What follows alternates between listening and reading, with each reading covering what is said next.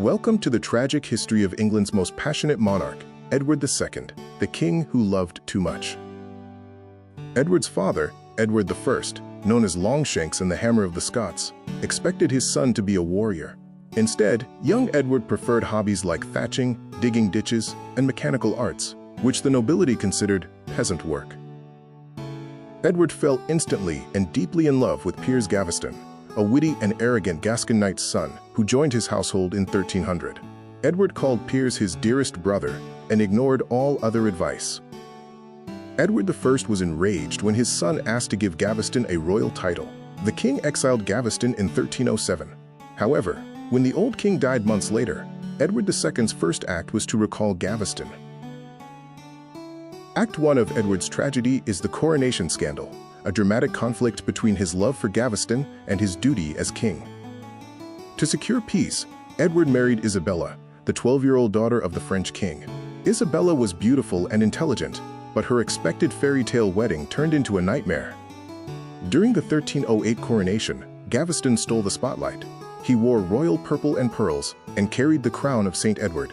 The queen was humiliated before the entire court, and her uncles walked out in disgust. The barons rebelled, led by Thomas of Lancaster, the king's cousin and the richest man in England. They viewed Gaveston as a parasite controlling the king and draining the treasury. Under threat of civil war, Edward was forced to sign the Ordinances of 1311, which stripped him of power. Clause 20 stipulated that Piers Gaveston be exiled from all the king's lands forever, under pain of death. Edward could not bear the separation. Within months, he declared the ordinances void and recalled Gaveston, which was a fatal mistake. The barons raised their armies and declared war. Edward left Piers at Scarborough Castle, but it was quickly besieged. Gaveston surrendered on the promise of safe conduct. However, the Earl of Warwick, known as the Black Dog of Arden, broke his promise. Gaveston was taken to Blacklow Hill, where, without a trial, 2 Welshmen ran him through with swords before beheading him. Edward mourned deeply, keeping Gaveston's embalmed body in his room for weeks. In 1314, Edward tried to regain authority by fighting Scotland, but suffered a catastrophic defeat at Bannockburn. Robert the Bruce annihilated the English army. The king was left weak and cursed, facing famine and raids. Act 2 focuses on the Despencer tyranny, marking Edward's shift from personal love to political madness. Hugh Despencer the Younger filled the power vacuum. Unlike the arrogant Gaveston, Despencer was cruel and greedy. He used his relationship with the king to build a personal empire. The barons rebelled again in 1321, burning Despencer's lands.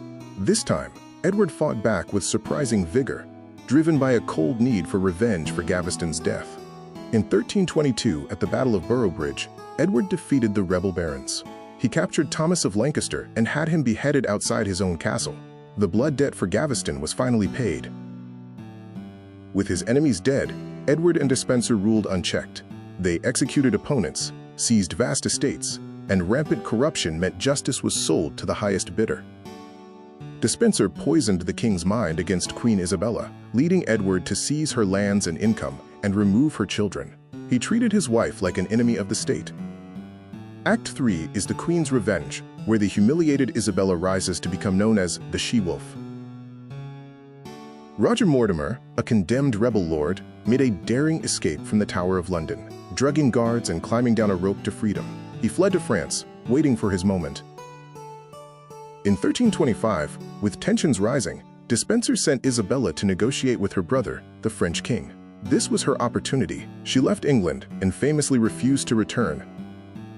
In Paris, Isabella met Roger Mortimer, and they became lovers and political partners. Dressed in black, she declared that someone had severed the bond of her marriage. Isabella and Mortimer landed in England with a small mercenary army. Hatred for Despencer was so widespread that nobles and commoners flocked to the queen. Edward and Despencer fled London in panic.